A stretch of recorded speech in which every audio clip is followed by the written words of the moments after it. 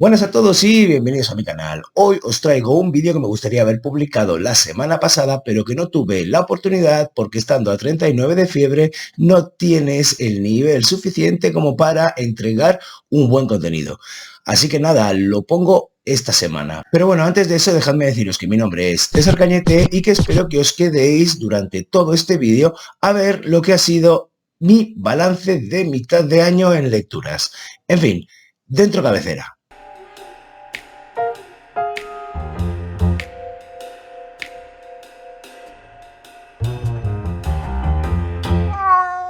Bueno, antes de empezar, dejadme deciros que llevo más de medio centenar de libros leídos en lo que llevamos de año y, sin embargo, no voy a poder evitar tener que hablar de algunos títulos que ya he mencionado en algunos de los vídeos que he hecho anteriormente a este. Esto es así porque de ese medio centenar largo que llevo leído, solo puedo hablar de una quincena de 16 o 17 libros. El resto son libros que debido a mi actividad profesional no puedo mencionar. De cualquier manera, espero que seáis benévolos conmigo y no os parezca que me repito en exceso en comparación con el contenido de otros vídeos que hayáis tenido la oportunidad de ver en este canal y de los que estoy seguro, o al menos espero, hayáis disfrutado. En fin, vamos a por la primera premisa. 1. Mejor libro que he leído en lo que va del año. Bueno, quizá esto os parezca curioso porque normalmente dicen que segundas o terceras partes nunca fueron buenas y sin embargo os voy a decir que el mejor libro que he leído este año es la tercera parte de una trilogía de fantasía oscura, de fantasía de magia y espada, cuyo autor es Joe Abercrombie. Estoy hablando de El último argumento de los reyes, que cierra esa primera trilogía de La primera ley, que me ha parecido una trilogía soberbia y que ha encumbrado a su autor a la categoría de autor indispensable. ¿De qué va esta tercera entrega de esta primera ley? Bien, con ella se cierra el círculo de una novela coral que ha sido un auténtico viaje épico por una tierra de corte medieval que se enfrenta a una amenaza enorme. Entre los diferentes personajes que encontraremos en esta novela, vemos cómo las líneas argumentales de, por ejemplo, Logan 9 dedos, de Sandar Glokta, de El mago Bayaz, acaban cerrándose en un final que deja un buenísimo sabor de boca y que planta las semillas para una siguiente trilogía. ¿Qué os encontraréis aquí los lectores de fantasía? Pues os encontraréis una historia que no le debe nada a ninguna de las clásicas o de las que ahora están en boga, como podría ser El Juego de Tronos de George R.R. Martin o, por otro lado, cualquiera de las sagas de nuestro amigo Brandon Sanderson, que me viene a la cabeza, por ejemplo, la saga de Mistborn, es decir, Los Nacidos de la Bruma. Bien, en esta el autor ha conseguido imbuirle una personalidad propia a través de personajes que están muy bien perfilados psicológicamente, que tienen eso, una profundidad psicológica que los convierte, por un lado, en algunas de sus acciones seres encomiables como en seres deleznables. Están llenos de paradojas y de una cualidad que dista mucho de ser un personaje plano, un personaje que a la larga se te hará inverosímil, depende de las situaciones en las que lo coloque su autor. Si os gusta la fantasía, si os gusta además la fantasía oscura y queréis pasar por un buen rato en el que la acción se eleva hasta momentos insospechados, es impresionante lo que consigue hacer Abercrombie. Nunca había visto en un autor mantener durante tantas páginas seguidas la acción en este nivel y que no se le caiga. Esta es vuestra trilogía. Así que nada, con El último argumento de los reyes cerramos esta primera ley y esta primera premisa. Vamos a por la siguiente. 2. Mejor libro de un autor que me gusta mucho. Mira, para esta segunda premisa dejadme hacer un poquito de trampas y cambiarla un poquito. En lugar de decir el mejor libro de un autor que me gusta mucho, voy a decir el peor libro de un autor que me gusta mucho. Y es que la lectura de Apocalipsis de Stephen King me ha supuesto un verdadero varapalo para el sitio, el lugar que siempre ha tenido en mi altar de autores preferidos el señor Stephen King. Y no porque no tenga las cosas buenas que suele tener Stephen King, como puede ser unos personajes súper bien currados, una historia coral, un montón de situaciones sórdidas y con la posibilidad de pasar miedo. Yo no suelo pasar miedo en las novelas de Stephen King, pero siempre me suelen enganchar. A pesar de tener todo esto, como decía, tiene un montón de cosas que en otras novelas sí que le he perdonado, pero que en esta, por acumulación, no he podido hacerlo. ¿A qué me estoy refiriendo? Bueno, pues para empezar, a un final muy malo. Mirad si es algo de lo que es consciente el señor King, que si habéis visto la segunda entrega de It, de la adaptación o la última adaptación de Andrew Muschietti, sale él mismo haciendo un cameo y haciendo la coña sobre sus finales, sobre el final de sus historias. Y esto es así porque le han acusado siempre de eso. Otra cosa que no me ha gustado nada, y es que ha inflado un montón a los personajes, dándoles un desarrollo brutal, dándoles una línea argumental que luego ha dejado caer así, ¡puf!, y que no ha conseguido llevarlos a el sitio donde debían tener un papel suficientemente importante para una obra tan grandilocuente como esta, como es una novela de 1600 páginas. De hecho, ya lo explica Stephen King en el prólogo, que esta es una versión ampliada de la que se publicó originalmente bajo el título de La danza de la muerte. Según él, en el prólogo dice que la editorial, por motivos económicos, le obligó a que ese primer borrador de lo que al final se convirtió en La danza de la muerte le recortase 400 páginas.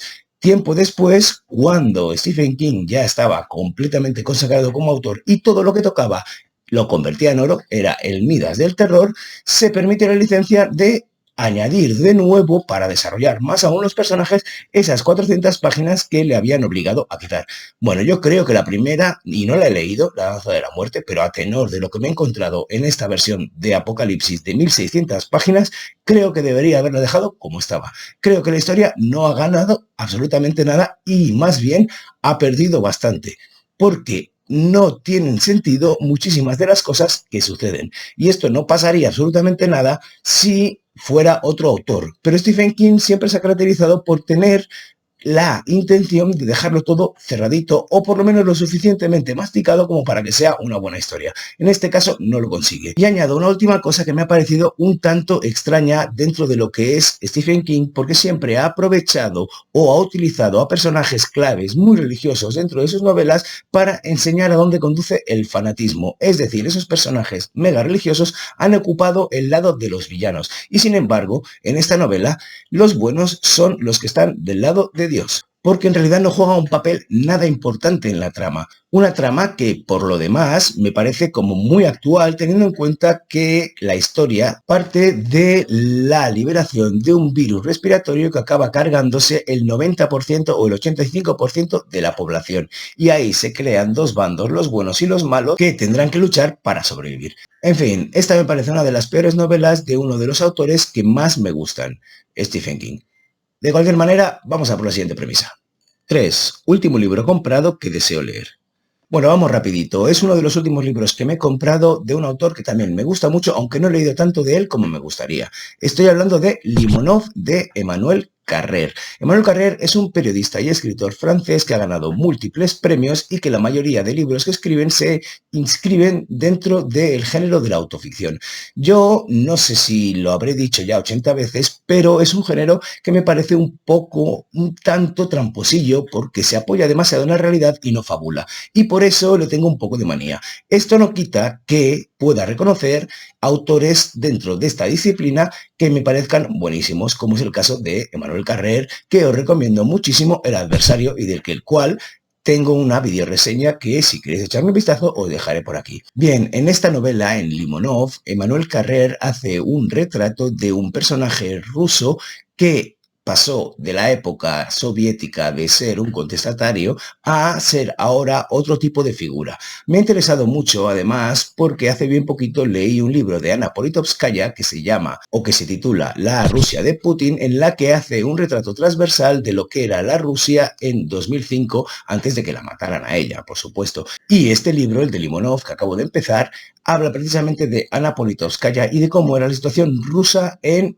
esas épocas, 2005-2006, y cómo Limonov es un opositor al régimen de Putin. Me interesa profundamente una figura tan contradictoria como la de este señor, y más aún desde el prisma de un tipo como Emmanuel Carrère, que me parece un autor fetén. Así pues, ya os diré, porque es uno de los últimos libros que me he comprado que tengo muchísimas ganas de leer. Vamos a por la siguiente premisa. 4. Descubrimiento. Libros que me encantaron de autores que nunca había oído nombrar. Bien, para esta premisa os voy a hablar de dos títulos que me recomendó mi amigo Alfonso de la librería Maite de Barcelona, que os recomiendo si tenéis la oportunidad en ir, porque tiene una altísima variedad de títulos, además de que Alfonso es un grandísimo prescriptor. Lo tengo comprobadísimo. Así que nada, vamos directamente a hablar de esos autores. Para empezar, la novela gráfica Monstruos de Barry Windsor Smith, que es un autor que yo no conocía y que cuando me lo descubrió Alfonso me sentí un tanto avergonzado, teniendo en cuenta que soy un coleccionista de cómics desde la adolescencia. Este es un autor inglés que viajó a Estados Unidos para dibujar. Tiene un trazo maravilloso, es un perfeccionista y estuvo a cargo de muchísimos títulos de Marvel, entre ellos los más conocidos, los de Conan. En esta pedazo de novela gráfica que es Monstruos, que además de escribir también dibuja, por supuesto, es un arco argumental que él tenía preparado para Hulk, pero que parece ser que se lo robaron y que lo utilizaron y que le dieron una profundidad, una nueva capa a el Bruce Banner, que hasta entonces no tenía un padre que era un maltratador o no había pasado por una profundidad psicológica como la que le había dado Barry Windsor Smith. Aquí tenemos una historia de maltrato por un lado y por otro lado la historia de un gobierno que intenta perfeccionar tecnológicamente sus recursos para adquirir un arma que sea mortal para sus enemigos y estar por encima en la carrera armamentística. ¿Cómo se hace en este caso? Bueno, pues en este caso es a través del rescate de científicos nazis que estaban haciendo lo mismo para el ejército o para el régimen nazi y que cuando termina la Segunda Guerra Mundial son llevados a Estados Unidos para que desarrollen sus capacidades. Así pues, tenemos una historia que puede parecer convencional, pero que a la vez tiene una profundidad psicológica y un trazo en el dibujo que es una maravilla. La disfruté como un enano y que si le echáis un ojo estoy seguro de que no os decepcionará. La otra novela gráfica de la que os quiero hablar está en 2 volúmenes y es Russell de Jeff Smith. Esta es la historia de un científico que de nuevo está desarrollando un arma que le llevará a través de los papeles de Tesla y de todo el conocimiento que han conseguido acumular gracias a un personaje como Tesla a través de diferentes universos paralelos. Tiene un dibujo muy depurado de claroscuros que recuerdan en muchas ocasiones a la mejor novela negra. De cualquier manera, de nuevo, os lo recomiendo. Aquí están mis dos autores desconocidos cuyas obras he disfrutado como un enano. Vamos a por la siguiente premisa. 5. Mayor decepción. Bueno, para esta premisa estoy seguro de que quien haya seguido un poco los vídeos del canal sabrá que a estas alturas de mi año, La Guardia de Nikos Kavadias es mi mayor decepción y único abandono hasta la fecha. Es un auténtico...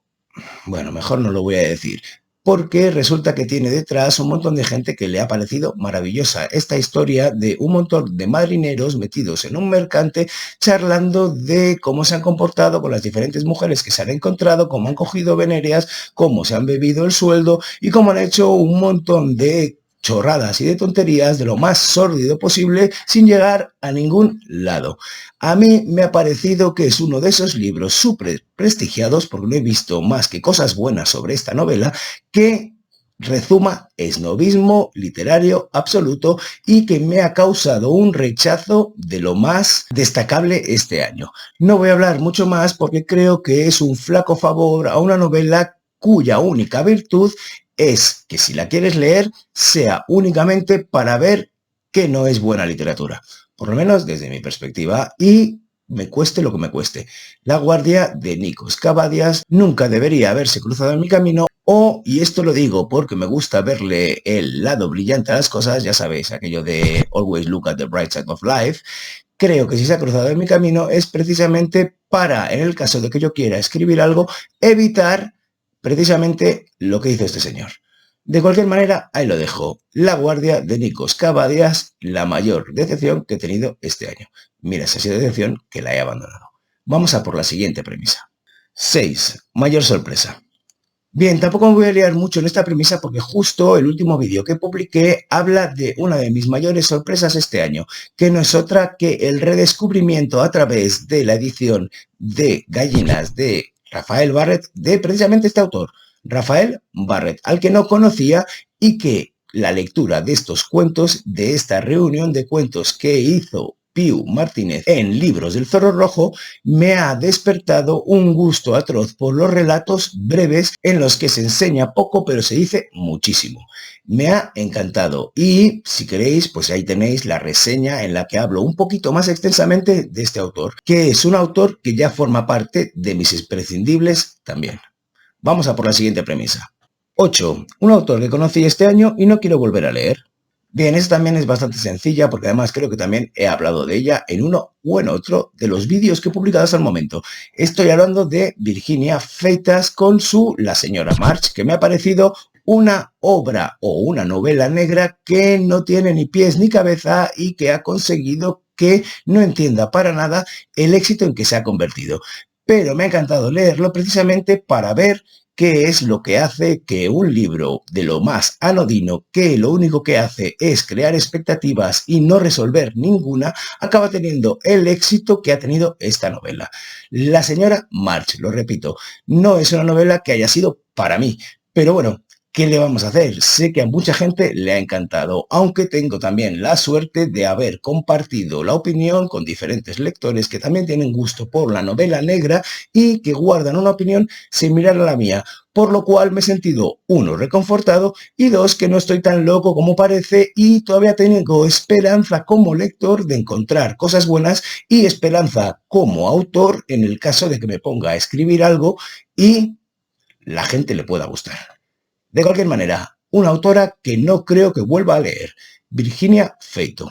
Vamos a por la siguiente premisa. 9. Un autor que conocí este año y quiero seguir leyendo todo lo posible. Pues bien, está claro que esta es una autora que es precisamente todo lo contrario a Virginia Feito, que es Mariana Enríquez, la argentina de cuyo libro de relatos Los peligros de fumar en la cama me enamoré a principios de este año. Y es que es un montón, una selección de cuentos de terror actuales en los que tiene un estilo muy propio y con los que consigue que me quede, como se dice en catalán, bocabadat, que en castellano sería boquiabierto. Mariana Enríquez es una autora que en poco más de 150 páginas ha conseguido entrar dentro de ese grupo de autores que sé que lo que lea creo que me va a gustar. Mariana Enríquez es todo lo contrario de Virginia Feitas. Estoy deseoso de leer cualquiera de sus títulos publicados o los que estén por venir. Vamos a por la siguiente premisa. 10. Libro que te haya hecho llorar. Bien, aquí os sorprenderéis porque el motivo por el que me ha hecho llorar no es el motivo que el libro quiere hacerme llorar. Estoy hablando de un autor y una novela que son emblemáticos y que yo no había leído nunca a pesar de que siempre han estado en mi radar. Estoy hablando de Tokyo Blues, Norwegian Woods, de el japonés Haruki Murakami. Uy, casi me entrabanco porque, en fin, ha sido una gran decepción este libro. Entre otras cosas porque es una novela, una de esas novelas coming of age, de hacerse mayor, en la que el protagonista, Watanabe, experimenta su vida como joven adulto en la Universidad de Tokio y las diferentes escarceos amorosos que tiene con diferentes mujeres de su alrededor, sus amistades y su vida en poco más de 381 páginas. ¿Por qué no me ha gustado? ¿O por qué me ha hecho llorar? Pues me ha hecho llorar precisamente porque esa tristeza que pretende tener la obra a través de incluso ese título, Tokyo Blues, no es más que para mí una tristeza de adolescente perdido, desconectado y confuso que no sabe para nada relacionarse con lo de su alrededor y que acaba siendo una virutilla como muchos de estos personajes de esta novela, virutillas metálicas que son atraídos por el gran imán que es el suicidio, pero que yo no he conseguido conectar en absoluto. Me ha parecido un montón de reflexiones fútiles típicas de un adolescente que todavía no ha tenido vida que recorrer para conseguir madurar y ver con distancia que esta tristeza que están experimentando es completamente pueril. En fin, yo suelo pensar o tengo la creencia de que cada uno de nosotros tiene un sentimiento que es totémico, que es predominante, al que es mucho más permeable que otros sentimientos. En mi caso es la rabia, la ira, a ese sentimiento con el que reacciono en muchas ocasiones ante unas circunstancias que no me gustan. Sin embargo, en mi entorno tengo muchísima gente que son más permeables, que su sentimiento totémico, su emoción totémica es la tristeza. Quizá es por eso que no he conseguido conectar con estos personajes. Y quizá también es porque este tipo de tristeza me parece completamente deslavazada, no es la tristeza que me afecta a mí. Y por tanto es un libro que me ha hecho llorar, pero de aburrimiento. Lo siento mucho porque sé que hay muchísima gente que este libro le encanta. Y quizá, precisamente, si yo lo hubiese leído hace 20 años, cuando tenía una edad similar a la de Watanabe, quizá sí que estaría dentro de mi acervo de libros preferidos y lo entendería mucho mejor. Pero lo he leído ya cuando soy un adulto que creo que he madurado lo suficiente como para que esto me parezcan tonterías pueriles, mal que le pese a todo el mundo. Así pues, no sé si continuaré leyendo Murakami, pero si uno de sus grandes emblemas es esta novela, que por otro lado me parece muy bien escrita y muy bien elaborada, de lo contrario no me la hubiese acabado y lo he hecho en 2 días, es decir, no he parado de leer, no es una novela que sea para mí. En fin, de cualquier manera, espero que me disculpéis aquellos que sois fanáticos de Murakami y que no penséis que mi criterio está tan alejado del vuestro. O sí, o pensadlo. De cualquier manera, dejadme lo que queráis en los comentarios y lo charlaremos. Vamos a por la siguiente premisa. 11. Libro que me haya hecho feliz. Bien, de nuevo creo que tengo que disculparme porque os voy a hablar de un libro del que ya he hablado en este canal y que además he mencionado y he hecho una reseña en Instagram. ¿Por qué? Porque es un libro que fue una grandísima sorpresa y que me encantó, me hizo feliz. Estoy hablando de 84 Charing Cross Road de Helen Hanff. Esta es una historia sencillísima porque no es ni siquiera historia, es la correspondencia real entre una escritora de Nueva York y un librero de libros antiguos que está la librería en el 84 de Charing Cross Road de Londres durante unos 20 años en los que esa escritora, Helen Hanff, le pide libros antiguos y muy concretos a el personaje del librero de 84 Charing Cross Road. Es una historia sencillísima, muy tierna, a la vez con sentido del humor y que cualquier bibliófilo sabrá apreciar y le alegrará un poquito el corazón. La saqué de los BookTags libros sobre libros de Bitácora de Libros, Maggie y de José. De cualquier manera, esta es una de las lecturas que me ha hecho más feliz en lo que llevamos de año y espero tropezarme con un libro similar a este en lo que me queda de año o en años venideros. De verdad que ha sido una joyita. Os lo recomiendo muy mucho. Vamos a por la siguiente premisa. 12. Libro más lindo que hayas comprado o que te hayan regalado. Bien, aquí tengo que hablaros de la edición conmemorativa que ha publicado Impedimenta de la novela El verano en que mi madre tuvo los ojos verdes de Tatiana Tibuleac.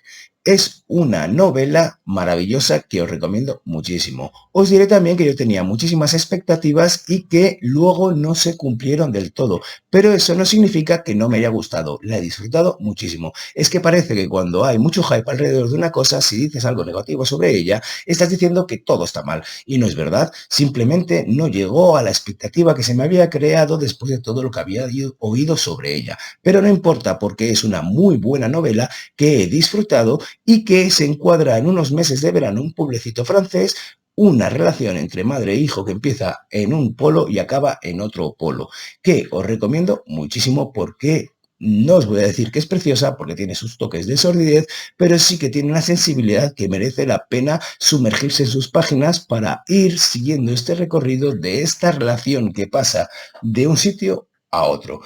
¿Por qué digo que es el libro más lindo que me han regalado? Bueno, porque la edición es preciosa, la ilustración es preciosa. Hay un montón de detalles que van desde el papel hasta esa ilustración, que es una nueva ilustración de un ilustrador ucraniano y con el que ya contaron para la ilustración original, pero que han llamado para esta edición conmemorativa. He de decir que me lo regalaron y que yo lo he prestado a una amiga y que por eso no os puedo enseñar de viva voz o aquí delante esta edición que es una preciosidad, pero que os recomiendo que busquéis y que leáis.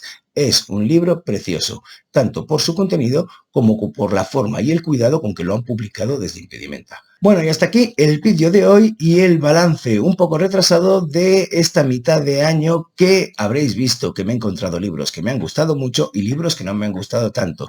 De cualquier manera, me parece perfecto, porque los títulos que he escogido para ir leyendo tienen mucho que ver con buscar mis límites, con uno de los retos que me puse a principios de año con el BookTab de las 12 campanadas, que no era otro que el buscar mis límites como lector e irme a lugares donde nunca había estado.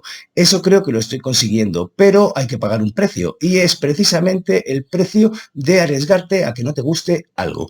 De cualquier manera, yo siempre saco, o lo intento, algo positivo de lo que empecé principio parece algo negativo, así que estoy encantado con estos primeros 6 meses del año, con esta primera mitad. Espero que os haya gustado a vosotros también. Y de deciros lo de siempre, dadle al like si os ha gustado, compartidlo con vuestros amigos, dadle a la campanita si queréis saber cuándo publico más contenido como este y por supuesto voy a dejar ahí abajo por si os apetece y ahora que se acerca el verano espero que os apetezca los enlaces a mis novelas para que si queréis le echéis un vistazo. Yo lo dejo aquí y solo me queda desearos un felicísimo día y mandaros un besazo enorme.